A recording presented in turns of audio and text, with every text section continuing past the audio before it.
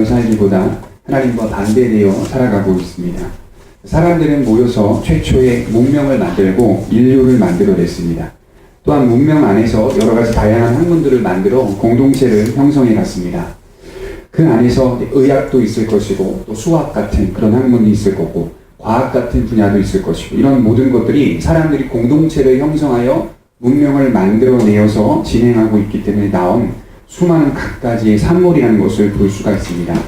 근데 이러한 발전과 이러한 성숙을 통하여 사람들에게 자신감이 넘쳐나기 시작했습니다. 그리하여 문명의 주인은 자신들이라고 당당히 선언하며 자신들이 이 우주 만물의 가장 높은 자리에 있는 존재로 여기며 살고 있게 된 것입니다. 무엇이든지 사람들의 마음속에는 얻을 수 있다고 생각하고 무엇이든지 해낼 수 있다고 생각했습니다.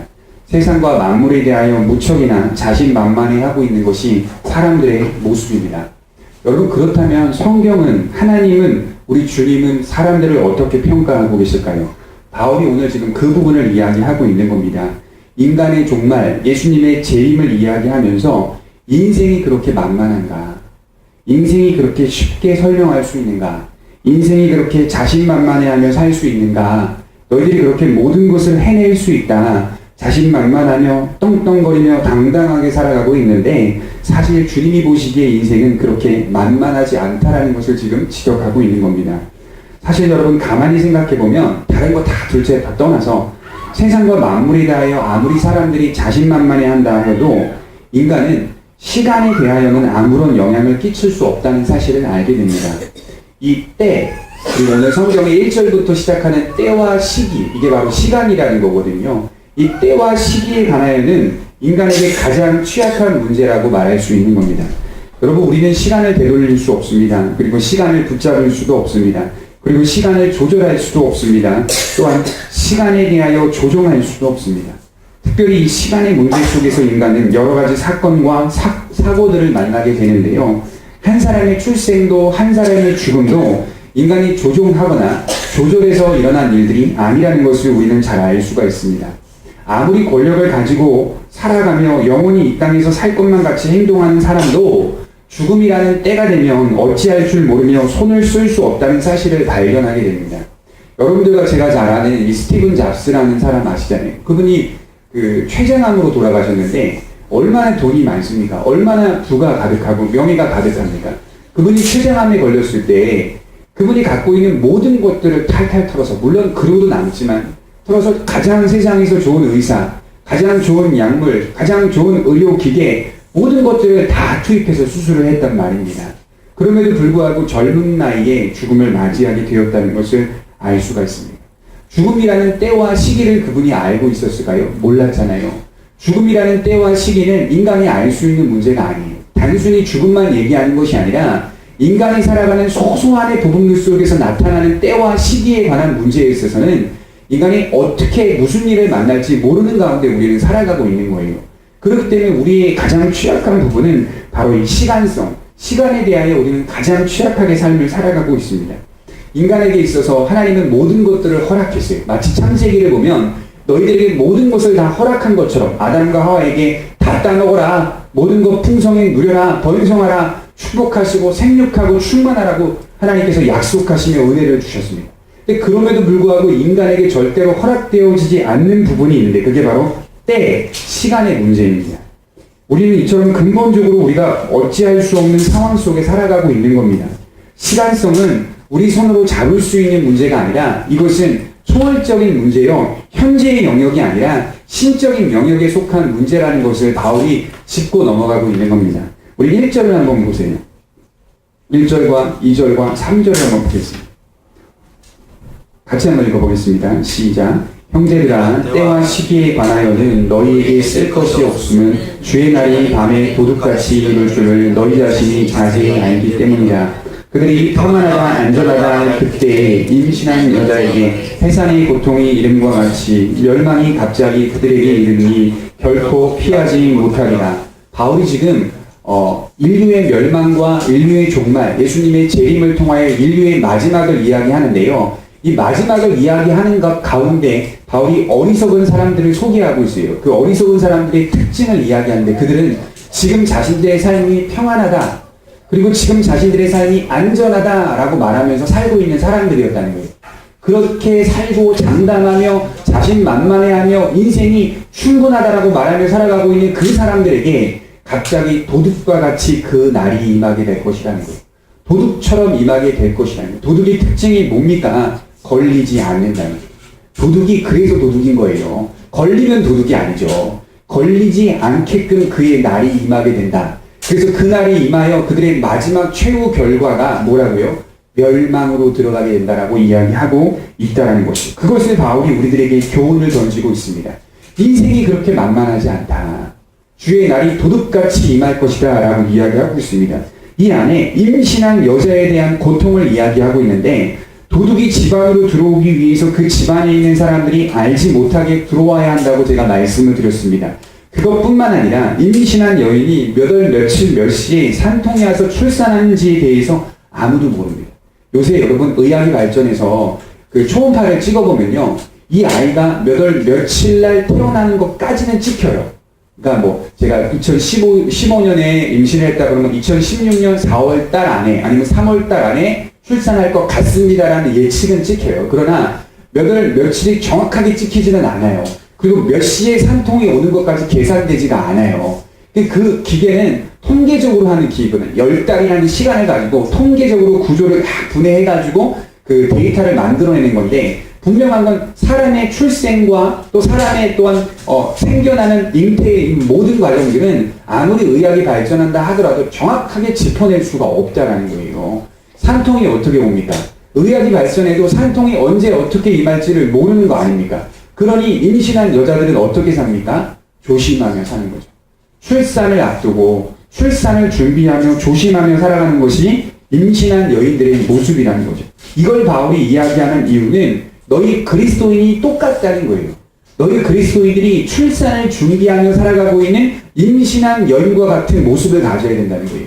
언제 어떻게 산통이 일어날지 모르고 언제 어떻게 출산을 할지 모른다. 그러니 마치 잉태하고 있는 여인이 출산을 앞두고 삶의 모든 시간들을 어디에 맞춥니까?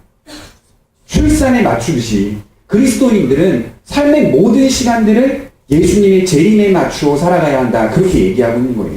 여러분들과 저는요, 사실은 가만히 생각해보면, 우리의 인생들을 가만히 들여다보면 우리가 시간을 마음대로 조정하고 자유롭게 쓰며 살아왔다고 생각하지만, 사실은 생각해보면 우리 마음대로 썼던 시간들은 별로 없어요. 우리가 어린 시절부터 곰곰이 생각해보면 시간 속에 우리 자신을 맡겼던 적들이 참 많습니다.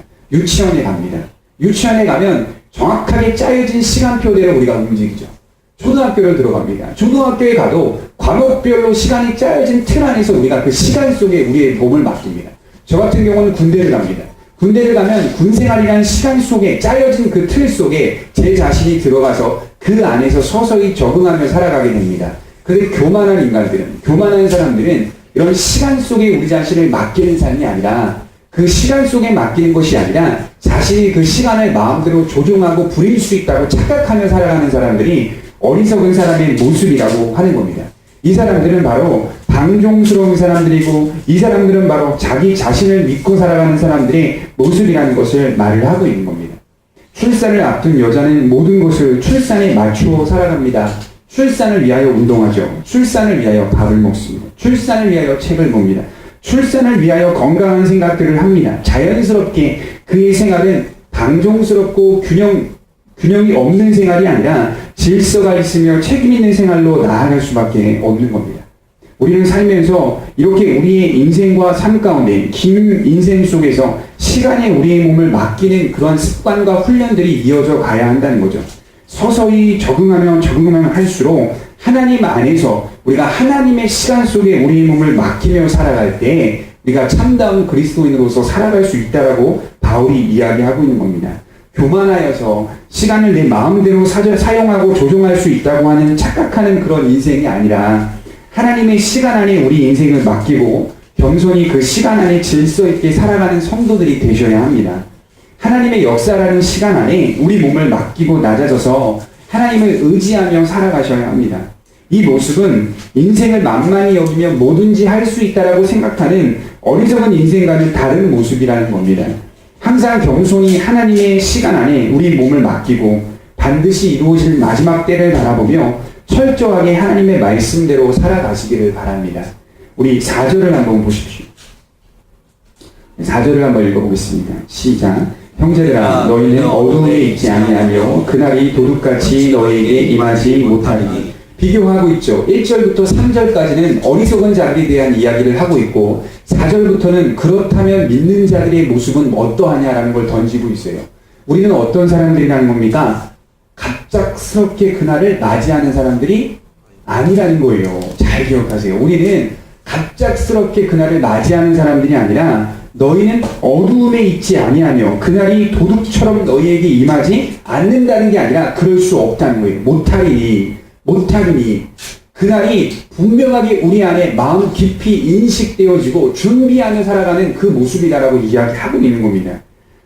우리 그리스도인들은 항상 경건한 긴장 속에 살기 때문에 도둑처럼 그날이 임하지 않습니다. 또한 우리들의 모습은 5절에 빛의 아들이기 때문에 빛의 자녀들이기 때문에 어두움과는 상관없는 자들이라고 말합니다. 우리들에게는 마지막 때가 도둑처럼 임하지 않습니다. 왜 그렇습니까? 매일 마지막 때인 것처럼 살기 때문이에요. 예수 믿는 사람들은 매일 마지막 때인 것처럼 살기 때문입니다. 매일 마지막 때가 있음을 인식하고 겸손히 하나님을 바라보기 때문에 매일 하나님의 시간 속에서 맡기고 있기 때문에 그렇다는 거예요. 우리 마태복음 25장 살펴보시죠. 마태복음 25장 13절입니다.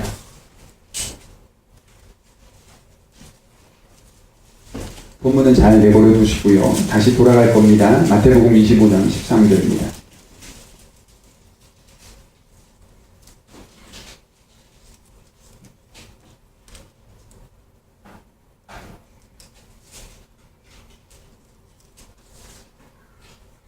같이 한번 읽어보겠습니다. 시작.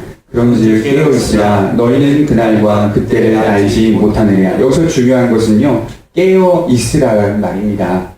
너희는 그날과 그때를 알지 못한다는 말은 믿는 자나 믿지 않는 자나 동일한 공통된 특징 아닙니까? 그렇죠? 여기서 중요한 건 믿는 사람들은 깨어있다라는 말이죠. 믿는 자들과 믿지 않는 자들의 차이는 깨어있는 사람과 깨어있지 않는 사람의 차이라는 것이죠. 깨어있다는 말은 도대체 뭘까요, 여러분? 깨어있다는 말은 잠을 자지 않는다는 말이 아니라는 거예요. 오해하시면 안 돼요. 그러면 깨어있으라고 하면 매일 평생 24시간 내내 기도해야 되겠네? 그런 말이 아닙니다. 잠자지 말라는 말이 아니에요. 믿음을 가지고 하나님께 우리 인생을 맡기라는 말이 깨어있다라는 말인데요. 조금 더 제가 구체적으로 설명해 드리겠습니다. 시편 127편 우리 2절을 살펴보겠습니다. 시편 127편 2절입니다. 깨어있다는 말이 시편에서는 어떻게 사용되고 있는지 한번 보십시오. 시편 127편 2절입니다.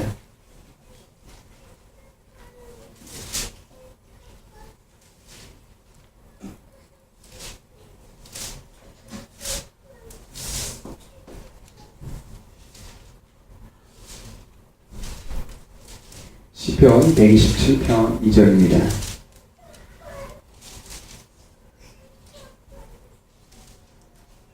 함께 읽어보겠습니다. 시작. 너희가 일찍이 일어나고 늦게 누우며 수고의 떡을 먹으니 헛되도다. 그러므로 여호와께서 그의 사랑하시는 자에게 잠을 주시는도다. 여러분, 깨어있다라는 말이 여기서는 어떻게 표현되고 있냐면 푹 잔다라고 표현되고 있어요. 여호와께서 그의 사랑하시는 백성들에게는 뭘 주신다고요? 잠을 주신다. 그러면 어떤 사람이 푹 잘 수 있습니까? 깨어있는 사람이 푹 자는데요. 좀 더 들어가서 하나님께 모든 것을 맡기는 사람이 푹 잘 수 있는 거예요. 잠을 잘 자는 사람의 특징을 자세히 들여다보세요. 복잡하게 자지 않습니다. 고민하며 자지 않습니다. 코 골며 잘 자는 사람. 제가 너무나 부러워하는 사람들 중에 한 사람인데 3분 정도 누우면 바로 코 골아요. 정말 부럽습니다. 그런 사람들 보면. 뭐가 그렇게 그 고민도 없고 그렇게 갈등도 없길래 그냥 머리만 대기만 하면 잠을 자요. 전 지금도 그런 사람들 보면 부러워요. 그런 사람들이 어떻게 그렇게 잘 잘 수 있습니까? 단순하거든요. 그런 사람들은. 단순하거든요. 하나님을 향한 믿음을 가진 주님의 백성들은 이처럼 단순해야 한다는 걸 얘기하는 거예요. 하나님께 모든 것을 맡기고 인식하고 의식하며 하나님을 향하여 분명한 믿음이 있다면 굳이 그렇게 복잡하고 어렵게 생각할 필요가 없다라는 거죠. 그러면 하나님 앞에 모든 것을 맡기고 내어드리고 그리고 자기는 어떻게 된다고요? 잠을 자는 겁니다. 우리 의식과 인식 속에서 우리가 깨어있는 시간 속에서 날마다 하나님을 의지하고 주님을 바라보며 믿음을 견고히 세우려고 노력해 보세요. 그러면 우리가 밤중에 밤에 잠잘 때 충분히 잠을 잘 잘 수 있다는 거예요. 하나님께 맡기고 신뢰하고 의지하면 잠을 잘 잘 수 있다는 거예요. 하나님이 그렇게 믿는 자들에게 그렇게 나를 신뢰하라고 지금 요구하고 있다는 거예요. 그렇다고 여러분 잠 잘 못 자는 사람이 믿음이 없다 그런 말은 아니에요. 오해하시면 안 됩니다. 하나님을 향한 맡김과 신뢰가 이렇게 철저해야 한다는 것을 성경이 가르쳐주고 있다는 것이죠. 여러분 우리는 항상 하나님께 신뢰하고 맡기며 살아가는 성도들입니다. 그렇다면 인생을 맡기는 사람들의 특징이 나와요. 바울이 인생을 잘 맡기는 사람의 특징은 어떤 특징이 있는지 우리 8절을 한번 보겠습니다.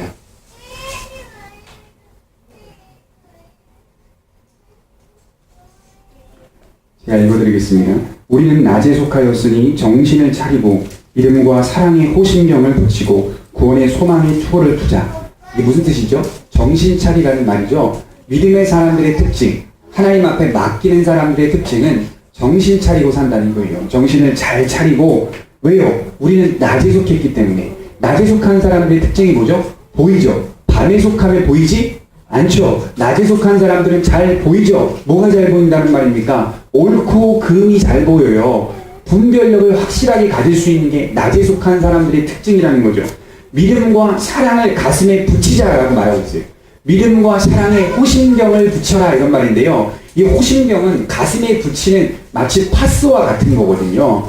믿음과 사랑을 가슴에 붙이라는 거예요. 만약에 여러분들의 신앙생활 가운데 믿음과 사랑의 진리의 내용이 없으면요, 우리는 지금 허상적인 기독교를 믿고 있는 거예요. 바울은 늘 지속적으로 믿는 사람들에게 강조했던 건 뭐냐면 잘 믿자 이런 걸 강조한 게 아니라 잘 믿으려면 뭘 붙잡아야 하느냐 늘 그것만 강조하고 계세요. 야 우리 잘 믿자 이거 강조하는 거 별로 없어요. 잘 믿으려면 무엇을 우리의 머리와 마음에 충만히 새겨야 되느냐 그걸 늘 항상 얘기해요. 전도를 하든 선교를 하든 바울이 강조하는 건 너희 안에 믿음과 사랑, 너희 안에 풍성한 지식, 너희 안에 그리스도를 닮아가는 주의 말씀, 지식의 지혜, 계시의 정신 이런 것들을 자꾸 강조해요. 이런 것들은 모두 다 빈 글라스가 있으면 담아내고 있는 내용들이거든요. 내용. 여러분들과 제가 기독교의 진리를 많이 담아내면 담아낼수록 우리가 생각하고 사고하고 신앙생활하는 범위가 더 넓게 커집니다. 그동안 편협적으로 편견을 가지고 신앙생활했다면 예수 그리스도의 진리가 우리 안에 바르게 이해되면 점점 넓어지는 거예요. 제가 여러분들에게 하는 역할, 제가 여러분들에게 영향을 끼치는 역할은 뭐냐면요. 생각하고 사고하는 수준을 넓히도록 제가 늘 역할을 하는 겁니다. 목사님. 말씀 안에서 여러분 광신도처럼 믿읍시다 이게 아니라 인생 속에서 예수님이라는 진리가 도대체 얼마나 큰 범위를 담아내고 있는지를 늘 강조하고 이야기해 주는 게 목사의 역할 아닙니까? 그 가운데 우리가 서로 고민하며 믿음을 분명히 부여잡고 걸어가는 거예요. 그러다 보면 저처럼요. 늘 제가 인생 속에서 발견하게 되는 것은 예수라는 진리가 참되구나. 정말 확실한 거구나. 이게 유일한 것이고 이게 분명한 거구나 하는 것들을 깨닫게 되는 거예요. 그 안에서 우리가 믿음을 가지고 살아가게 된다는 거예요. 정신을 차리고 믿음과 사랑을 가슴에 붙이십시오. 그리고 마지막에 뭘 써야 되죠? 구원의 소망의 투구를 쓰십시오. 모든 내용을 다 담아내고 있는 뭘 써야 되죠? 구원의 소망의 투구. 구원의 투구를 쓰고 우리가 걸어가는 사람들이라는 겁니다. 우리는 구원의 소망의 투구로 모든 것들을 다 품고 모든 것들을 다 감싸고 그 내용들을 감싸고 걷는 사람들입니다. 한국은요, 반문화가 너무 많습니다. 외국인들이 우리나라에 오면 너무 많이 놀라는 것 중에 하나가 낮인지 밤인지 구분이 안 간다는 거예요. 이것은 그만큼 우리나라가 발전해서가 아니라요, 균형을 잃어버리고 인간의 균형을 잃어버리고 정신을 놓고 있다는 증거입니다. 제가 대학교 때 어떤 목사님한테 설교를 듣다가 그 목사님이 뭐라고 말씀하시냐면 하나님이 불 끄면 좀 자라 그렇게 말씀하시더라고요. 근데 그게 되게 의미 있게 들리더라고요. 하나님이 불 끄는 게 무슨 말입니까? 저녁이 된다는 걸 얘기잖아요. 낮과 저녁이 분명하게 구분되어 있잖아요. 사계절은 구분이 안 될 수 있어요. 우리나라는 사계절이 있지만 아프리카는 사계절이 없잖아요. 사계절은 구분이 안 될 수 있는데 뭐는 항상 구분되어 있습니까? 낮과 밤은 구분되어 있어요. 사람들이 자기를 해치고 자기를 죽이고 자기가 고통스럽게 살아가는 것들을 그냥 스스로 다 그걸 감내하고 사는 것 같다니. 하나님이 불 끄는 시간이 되면 잘하는 거예요. 잘하는 거. 딴짓하지 말고. 근데 우리나라 보세요. 하나님이 불 끄면 잡니까? 안 자죠. 불 끄면 그냥 더 나가서 놀고 더 나가서 자신을 위하여 시간을 씁니다. 이게 밤인지 낮인지 구분을 못하고 균형을 잃어버리고 살아갑니다. 그러면 그 결과가 뭔지 아세요? 자신에게 해가 되는 거예요. 인간들에게 해가 되고 인간들에게 아픔이 오는 겁니다. 비록 경제는 성장할 수 있습니다. 발전할 수 있습니다. 그러나 나는 죽어가는, 나는. 이게 얼마나 교묘합니까? 국가는 이익을 취하고 백성은 죽이자. 이런 거예요. 가만히 생각해 보세요. 국가는 이익을 취하고 백성은 죽이자. 그러니 여러분, 굳이 그렇게 많이 물질에 집착하지 않으셔도 돼요. 먹고 살만 하면 하나님이 불 끄면 평안하게 잠을 드십시오. 하나님이 불 끄면 모든 것을 맡기고 신뢰하고 잠을 드세요. 내일이나 모레나 똑같아요. 내일이나 모레나. 돈 없는 건 똑같아요. 누가 그랬어요? 어떤 목사님이 가면 너 돈 없는 건 똑같아. 아껴 살든 쓰고 살든 돈 없는 건 똑같아. 오늘 돈 없는 건 똑같아. 그 말씀을 듣는데 그걸 누가 했냐고 말씀하신다면 이 목사님들이 식사를 하는데 옆에 세상 사람들이 같이 와가지고 소주 한잔 하면서 막 얘기해요. 난 돈이 없어. 막 이런 얘기를 하는데 그 앞에 있는 분들이 한 명이 예수님 믿는 사람이었대요. 교회에 다니는 분이었어요. 야, 너 어찌됐든 고민하지 않나? 돈 없는 건 똑같아. 그러니까 그냥 살아. 이렇게 말씀을 하시더래요. 그러면서 이제 교회 얘기를 하면서 소주를 다 드시면서 교회 나와. 이렇게 하셨다고요. 야, 복음을 참 잘 전한다. 제가 그 얘기 듣고 참 지혜롭게 잘 전한다. 눈높이를 잘 맞춰서 전하는구나. 예, 그런 생각을 했는데 그렇잖아요. 우리 인생 속에 잡으려 해도 잘 잡히지가 않습니다. 그렇게 만만하거나 그렇게 우리가 당당하게 이야기할 수 없는 문제가 우리 인생이 아닌가라는 생각을 해봅니다. 우리는 그런 복잡하고 어려운 인생 속에서 하나님 앞에 맡기고 신뢰하며 살아가는 사람들이라는 것을 이야기하고 있는 겁니다. 그걸 뭐라고 표현하냐면 정신 차리라는 거예요. 예수 믿는 사람들은 날마다 정신을 차리고 살아가는 사람들이라는 겁니다. 우리는 이런 시대 속에서 어떤 존재로 서 있느냐? 항상 깨어있는 존재로 서 있다라고 얘기하고 있습니다. 저는 오늘 말씀을 준비하면서 한 문장으로 이렇게 말하고 싶어요. 신자는 현재와 내일이 항상 종말과 맞닿아 있는 사람들이다. 신자는 현재와 내일이 항상 마지막 때와 맞닿아 살아가고 있는 사람들이다. 좀 어렵죠? 쉽게 설명해 볼게요. 저희 아들이 잠을 잡니다. 저희 아기가 잠을 자는데 얘가 그냥 잠을 못 자요. 항상 눕히면 잘 때쯤 되면 몸을 막 흔들고 다 키워보셔서 아실 거예요. 막 고개를 막 도리도리 하질 않나. 잠 들 것 같으면 잠을 못 자요. 왜 그러죠? 불안해서 잠을 못 자죠. 그래서 어머니들이 쓰는 방법은 가슴에 손을 살포시 얹어주면 잠이 듭니다. 그쵸? 또는 손에 살짝 손을 잡아주면 잠이 들죠. 그러니까 아이가 불안해하고 잠을 잘 못 들어서 제가 가슴에 손을 얹어주고 또는 그 아이의 손을 맞닿아서 손을 살짝 대주면 아이가 잠을 싹 스르르 이렇게 잠을 듭니다. 뭐 때문에 그렇게 가슴에 손을 넣는 거죠? 뭐 때문에 그 아이의 손을 잡아주는 거죠? 뭐 때문이죠? 그 아이가 잠을 잘 자게 하기 위해서 그렇게 하는 거죠. 근데 가만히 생각해 보세요. 그 아이를 위해서 손을 맞닿아 내줬던 우리의 모습을 가만히 흥미롭게 생각해 보면 그 아이의 불안감을 떨쳐주기 위해 손을 댄 건데 사실 따지고 보면 내 정서에도 영향을 끼친다. 내 마음에도 영향을 끼친다는 거예요. 맞닿는다는 말이 무슨 말이냐면 종말과 항상 하루하루 맞닿는다는 게 무슨 말이냐면 힘들고 어렵게 마지막 때를 맞닿아 우리가 힘들고 어려운 십자가의 길을 걸어가면서 여전히 우리가 하나님의 나라를 바라보며 우리의 손과 우리의 발과 마음을 맞닿을 때 단순히 하나님을 위한 것이 아니라 단순히 그런 것이 아니라 우리 안에 주어주는 세상이 줄 수 없는 평안과 격려가 있다는 사실을 기억하셔야 됩니다. 여러분, 아이 키우는 거 힘들다. 물론 힘듭니다. 근데 가만히 생각해보면 아이에게 내가 주는 것보다 아이가 나에게 주는 게 더 많습니다. 사실 보면. 자녀가 나에게 주는 게 더 많더라는 거예요. 힘들고 어떨 때는 내가 버리고 싶고 던져버리고 싶을 때도 있어요. 어려우니까. 그렇지만 가만히 아이가 자라는 걸 보면 볼수록 아이의 말 한마디와 아이의 손짓 한마디와 아이가 잠을 잘 자는 모습과 잘 먹는 모습 속에서 내 정서가 안정을 찾아요. 저는 오히려 제 아이 때문에 제가 과거에 겪었던 상처와 그런 아픔들이 치료가 되는 걸 경험하고 있어요. 요새 회복되는 걸. 아이가 저에게 전해주는 게 더 많다. 우리가 아이에게 쓰는 것보다 아이가 나에게 주는 게 더 많다는 거예요.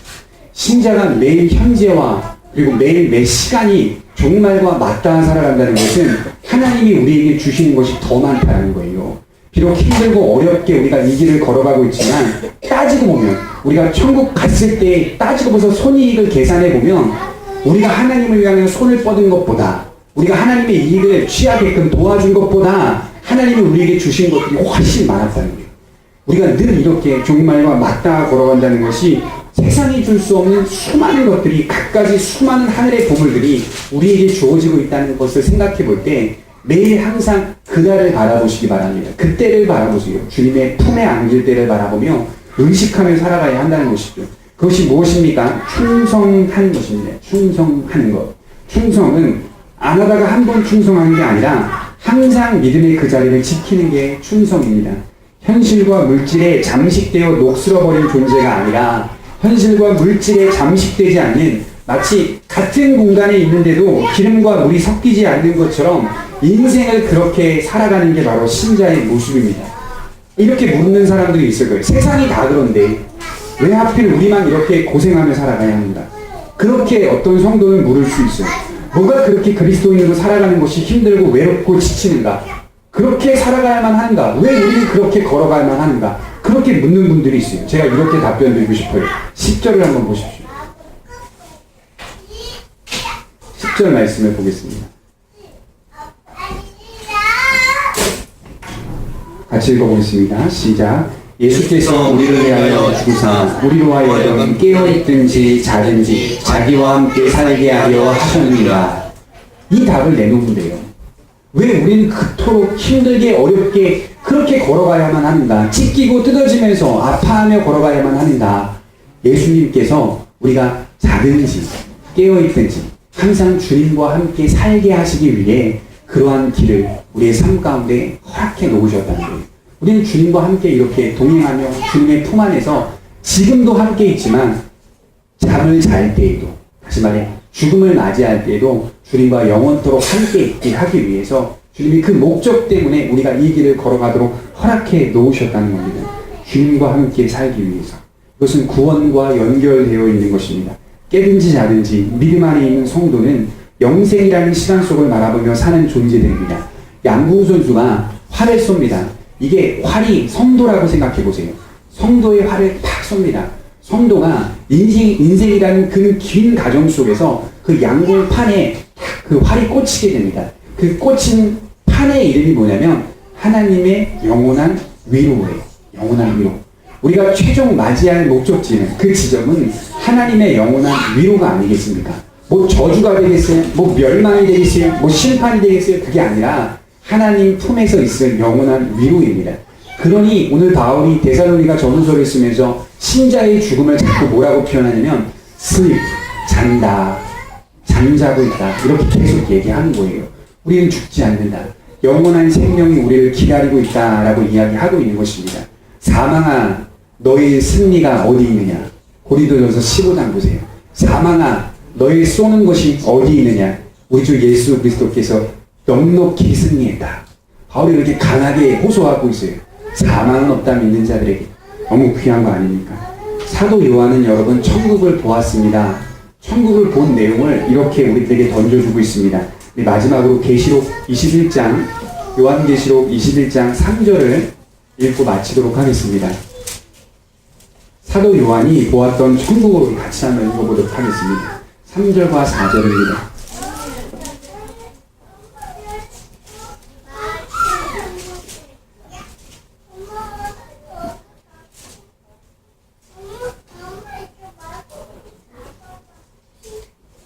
요한계시록 21장 3절과 4절입니다. 같이 한번 읽어보도록 하겠습니다. 시작. 내가 들으니 보좌에서 큰 음성이 나서 이르되 보라 하나님의 장막이 사람들과 함께 있으매 하나님이 그들과 함께 계시리니 그들은 하나님의 백성이 되고 하나님은 친히 그들과 함께 계셔서 모든 눈물을 그 눈에서 닦아주시니 다시는 사망이 없고 애통하는 것이나 곡하는 것이나 아픈 것이 다시 있지 아니하리니 처음 것들이 다 지나갔으니라. 한 주간 제가 말씀을 준비하면서 이 말씀에 상당히 많은 위로를 받았습니다. 이 땅에 우리가 힘들게 이 길을 걸어가면서 하나님께서 비록 우리의 눈물을 닦아주시지 않는 것처럼 느낀다 하더라도 언젠간 우리가 하나님 앞에 섰을 때 다시는 그 처음 것들이 다시는 반복되지 않도록 하나님이 우리의 눈물을 닦아주신다라고 말씀을 하고 있는 겁니다. 우리들은 믿음의 길 가운데 있었던 수많은 눈물들을 온전히 닦아주실 주님을 기다리고 또 소망하고 이 길을 걸어가십니다. 기도하도록 하겠습니다.